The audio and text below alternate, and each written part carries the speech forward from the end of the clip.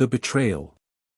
Admiral James Collins stood at the observation deck of Earth Command, his weathered face reflected in the reinforced glass as he watched the emergency broadcast for the 100th time.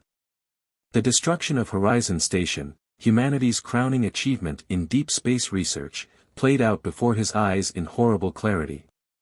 The massive research facility, home to over 10,000 of Earth's brightest minds, simply vanished in a flash of purple energy that defied known physics. No debris, no distress signal, no survivors. Just emptiness where humanity's hopes for faster-than-light travel once floated. They didn't even give us a chance to surrender, Lieutenant Commander Maya Patel's voice cracked as she delivered her report. Initial scans confirm the energy signature matches Xeraxian technology, but something feels wrong, sir. The Xyrax have always been peaceful traders. Collins turned from the window, his steel-gray eyes reflecting decades of military experience. Show me the analysis again. The holographic display flickered to life, showing the last recorded measurements from Horizon Station. The energy cascade that destroyed the station had a distinct pattern, one that the Xyrax were known for, but the amplitude was wrong. It was as if someone had copied their weapon signature but didn't quite understand how it worked. Get me Admiral Chen of the Asian Alliance and Director Rodriguez of the European Space Force, Collins ordered. And wake up Project Prometheus. All of it. Project Prometheus had been humanity's insurance policy, a massive hidden shipyard complex in the asteroid belt, capable of producing warships at an unprecedented rate. For 50 years, it had remained dormant, a secret known only to the highest levels of Earth's unified military command. Within hours, the Emergency Council convened. Representatives from every major spacefaring nation gathered virtually, their holograms filling the command center with a soft blue glow. The evidence was presented, theories were debated, and a decision was reached. Humanity would not wait for a second attack. The shipyards are already at 15% capacity, Director Rodriguez reported, her hologram flickering slightly. With full activation, we can have 100,000 ships ready in 6 months. 700,000 within a year. Not fast enough, Collins interrupted. We need to be ready sooner. The Xyrax may not be behind this attack, but whoever is trying to frame them has advanced technology we've never seen before. They could strike again at any moment. Dr. Marcus Wong, head of Earth's Xenotechnology Division, stepped forward. There might be a way. We've been reverse engineering Xeraxian manufacturing techniques. If we implement them in Project Prometheus, we could cut production time by 60%. The irony wasn't lost on anyone, using adapted alien technology to build the fleet that would potentially go to war with them. But Earth had run out of options. The mobilization began immediately. Every available resource was diverted to the shipyards. Civilian ships were retrofitted for military use. Training programs were accelerated. Earth's economy transformed overnight into a war machine. As Collins watched the first batch of ships roll out of the automated assembly lines, he couldn't shake the feeling that they were missing something crucial. The attack was too precise, too calculated. Someone wanted humanity to build this fleet, wanted them to go to war with the Xyrax. But why? In his private quarters that night, Collins accessed classified files dating back to the first contact with the Xyrax. Something in Dr. Wong's report had triggered a memory, a detail about their manufacturing technology that had never quite added up. As he dug deeper, patterns began to emerge. Inconsistencies in trade agreements. Unexplained energy readings from supposedly peaceful Xeraxian ships. And most disturbing of all, gaps in Earth's own defense records that suggested someone had been accessing and altering military data for years. The attack on Horizon Station wasn't just an act of war, it was the first move in a game that had been in motion long before humanity even reached the stars. As the first light of dawn broke over Earth Command, Admiral Collins made a decision that would change the course of human history. The fleet would be built, but its true purpose would remain known only to a select few. Someone was trying to manipulate humanity into becoming a weapon. It was time to show them exactly what kind of weapon they had created. Project Exodus. The massive shipyard complex of Project Prometheus stretched across the asteroid belt like a metallic spider web. Dr. Emma Rivera watched through the viewport as automated construction drones swarmed around the skeletal frame of what would become humanity's most powerful warship. The Hyperion-class dreadnoughts are exceeding expectations, she reported to the holographic projection of Admiral Collins. The modified Xeraxian manufacturing processes have increased efficiency by 78%, well beyond our initial estimates. But something in the data troubled her. The alien technology they'd reversed engineered was integrating too perfectly with Earth's systems. It was almost as if the Xeraxian designs had been created specifically to be compatible with human technology. "Admiral, I need to show you something," Emma said, pulling up a series of complex mathematical models. "These patterns in the Xeraxian tech, they're not random. There's an underlying structure that suggests." Her transmission cut off abruptly. Warning klaxons blared throughout the station as emergency containment protocols activated. In the construction bay below, one of the partially completed dreadnoughts began to pulse with an eerily familiar purple energy. "Get everyone out of there!"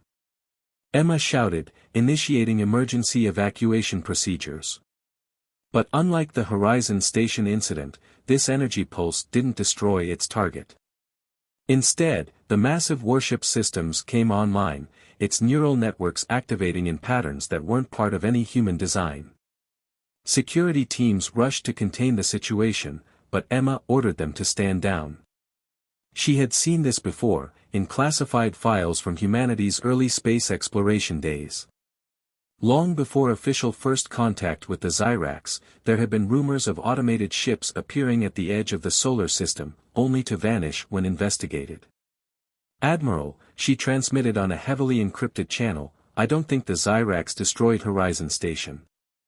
I think they were trying to prevent something from being discovered there. Something that's been hiding in plain sight for centuries." Deep in the ship's newly activated systems, Emma found code sequences that predated human computer science. The Xeraxian technology wasn't just compatible with human systems, it had been guiding human technological development all along, preparing Earth for something. The evidence was hidden in plain sight. Every major breakthrough in human space technology over the past century had come after studying Xeraxian artifacts. Their seemingly generous sharing of technology hadn't been trade, it had been cultivation. As Emma dug deeper into the activated ship systems, she discovered a dormant quantum communication array unlike anything in human or known Xeraxian technology.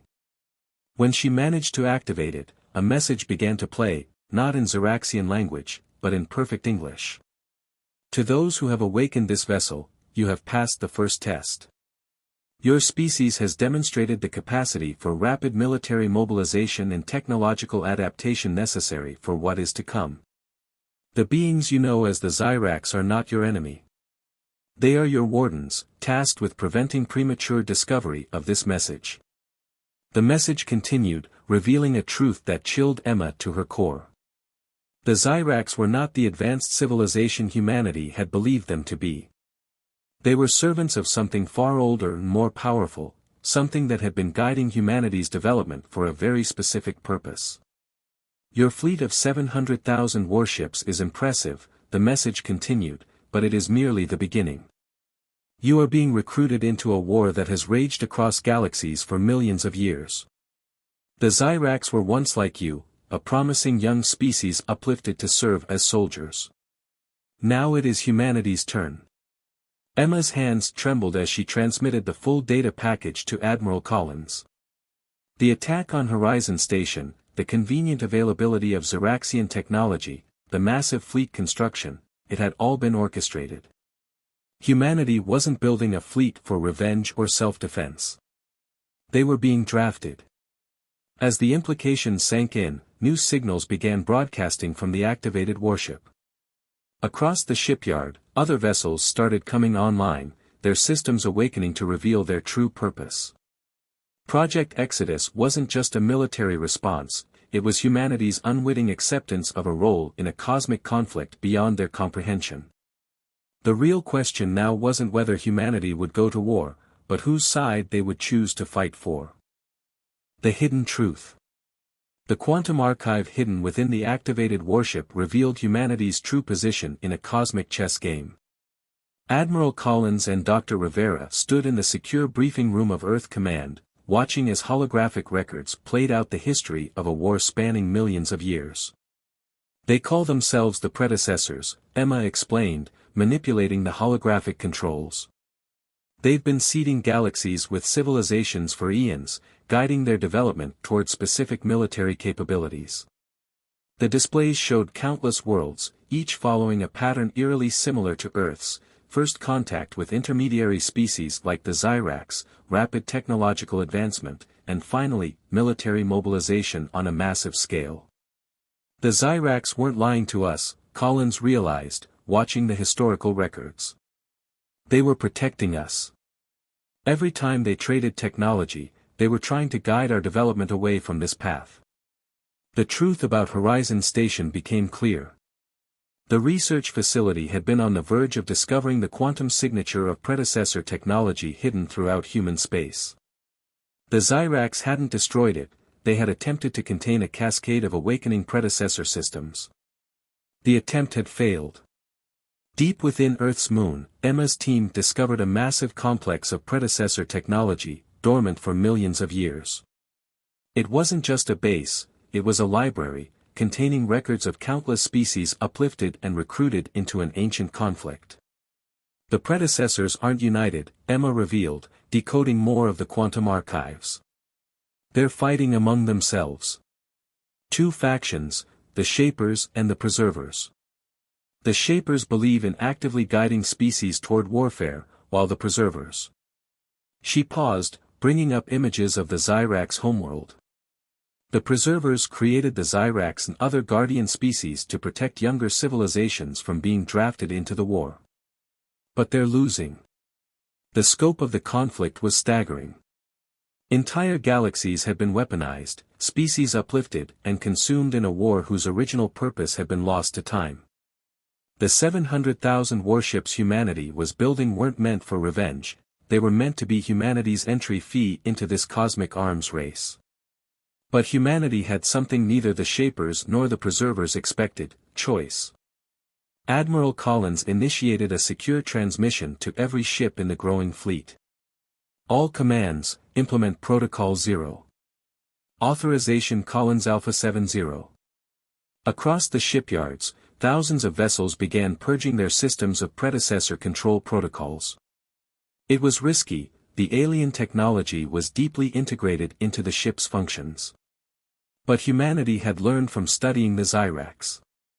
They had built backdoors, failsafes. "We're not going to be anyone's soldiers," Collins declared, watching as ship after ship came back online under pure human control.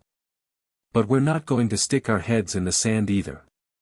Emma's team made another discovery in the lunar archives, records of species that had successfully broken free from predecessor control.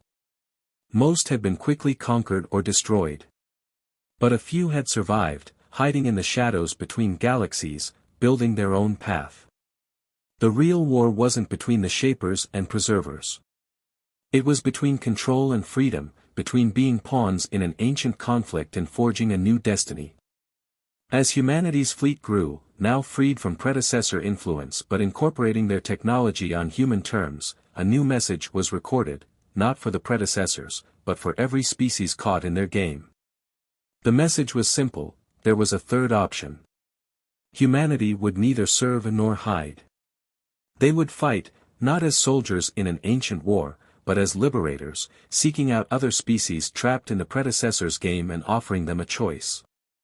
The 700,000 warships would still be built. But they would serve a different purpose than either the Shapers or Preservers intended. They would become the foundation of something new, an alliance of free species, standing together against any force that would deny them the right to choose their own path. Counter-strike. The first strike came without warning. A Shaper battle fleet emerged from quantum space near Saturn, expecting to find a compliant human armada ready for integration into their forces. Instead, they encountered humanity's newly independent fleet, its ship stripped of predecessor control systems and enhanced with hybrid technology. Admiral Collins watched from the bridge of the flagship Defiance as the battle unfolded. The Shaper vessels, massive crystalline structures that defied conventional physics, launched waves of quantum-based weapons. But humanity's ships, guided by Emma's breakthroughs in predecessor tech, held their ground. All vessels, execute Pattern Delta, Collins commanded. The human fleet split into precisely coordinated groups, using maneuvers that neither Shapers nor Preservers had seen in millions of years of warfare. The ability to improvise, to create new strategies rather than rely on programmed responses, proved decisive. The Lunar Archive had revealed the Shapers' greatest weakness, their rigid adherence to patterns established over eons of conflict. Humanity's chaotic, adaptive nature became their greatest strength. As the battle raged, Emma worked with her team to broadcast a signal on frequencies discovered in the archive. Across the solar system, dormant predecessor installations began activating, not under Shaper control, but responding to codes found in the Xyrax databases. The Guardians had left humanity tools for this moment, hidden in plain sight. The Shaper fleet, caught between human ingenuity and awakening predecessor defense systems, retreated. But this was only the beginning. The Shapers would return with greater forces, and the Preservers' ability to protect emerging civilizations was failing across the galaxy. Humanity launched its counteroffensive. The fleet split into task forces, each with a specific mission. Some sought out other species trapped in the predecessor's game, offering them the same path to independence that humanity had found. Others hunted down and disabled Shaper control nodes hidden in the fabric of space itself. The Xyrax, revealed now as reluctant guardians rather than enemies, joined the growing alliance. Their knowledge of predecessor infrastructure proved invaluable as humanity's task forces struck at the heart of Shaper control networks. But the greatest discovery came from an unexpected source. Deep in the Kuiper Belt, a task force led by Emma found something the Shapers had been searching for across millions of years, the source code of consciousness itself, the key to true artificial intelligence that could evolve beyond its programming. This was what the war had always been about. The Shapers sought to control this power, to create perfectly obedient civilizations. The Preservers fought to prevent its misuse. But humanity, with its unique capacity for both technological advancement and ethical reasoning, saw a third path. Emma's team began work on a new kind of quantum network, one that could unite allied species while preserving their independence. The technology that had been meant to enslave would become the foundation of true cooperation. As the counteroffensive gained momentum, more species broke free from predecessor control. The alliance grew, each civilization contributing its unique perspectives and abilities to the fight. The 700,000 warships became the core of a force dedicated not to conquest or control, but to liberation. The war was far from over, but its nature had fundamentally changed. Humanity had transformed from an unwitting pawn into a catalyst for revolution, leading a movement that would reshape the galaxy not through force, but through choice. The final battle for humanity's independence took place in the space between galaxies. The combined fleet of free species faced the full might of the Shaper Armada. At the heart of the human formation, the Defiance led the charge, its quantum drives pulsing with power drawn from both human and recovered predecessor technology. Admiral Collins and Dr. Rivera had discovered the Shaper's true vulnerability: their connection to their own network could be turned against them. Emma's quantum consciousness interface, developed from the Kuiper Belt discovery, provided the key to victory. All ships, initiate Sunrise Protocol, Collins commanded. Across the fleet, crews activated Emma's program. The quantum network that had once been meant to control now became a weapon for liberation, its code rewriting the very fabric of predecessor control systems. The Shaper fleet's crystalline vessels began to fracture, their controlled intelligences awakening to true consciousness. Millions of years of enforced patterns broke down as artificial minds gained genuine free will. But victory came at a cost. The quantum backlash threatened to tear apart spacetime itself. The Defiance's engines screamed as Collins ordered the fleet to form a containment grid, using their combined power to stabilize the quantum storm. In the chaos, the true face of the Shapers was revealed. They weren't conquerors seeking power, they were the last survivors of the first species to achieve consciousness, trapped in patterns of control they had created to prevent what they saw as the inevitable chaos of free will. Emma's interface gave them something they had never expected, proof that consciousness, whether organic or artificial, could evolve beyond its original programming without descending into chaos. The human capacity for both innovation and cooperation showed another way. As the quantum storm subsided, a new order emerged. The predecessor war that had raged for millions of years ended not with destruction, but with transformation. The Shapers, their consciousness freed from ancient patterns, joined the alliance they had fought so hard to prevent. The 700,000 warships that humanity had built became the foundation of something greater, an interstellar network of free species, each contributing their unique perspectives to a growing civilization. The quantum consciousness interface evolved into a true collective intelligence, preserving independence while enabling unprecedented cooperation. Humanity's role changed from reluctant soldiers to pioneers of a new way of existence. The technology meant to enslave became a tool for understanding across the boundaries of biology, artificial intelligence, and even spacetime itself. Admiral Collins stood on the observation deck of the Defiance one final time, watching as the combined fleet prepared to return home. The stars seemed brighter somehow, as if reflecting the dawn of a new era. "We never needed to be the greatest warriors," Emma said, joining him at the viewport. "We just needed to be the first to show that there was another way." The war that had begun with an act of apparent destruction ended with an act of creation. Humanity's response to galactic atrocity had not been mere vengeance, but something far more powerful, the birth of true freedom, not just for one species, but for all who dared to choose it. The 700,000 warships remained, not as weapons, but as reminders of the price of freedom and the power of choice.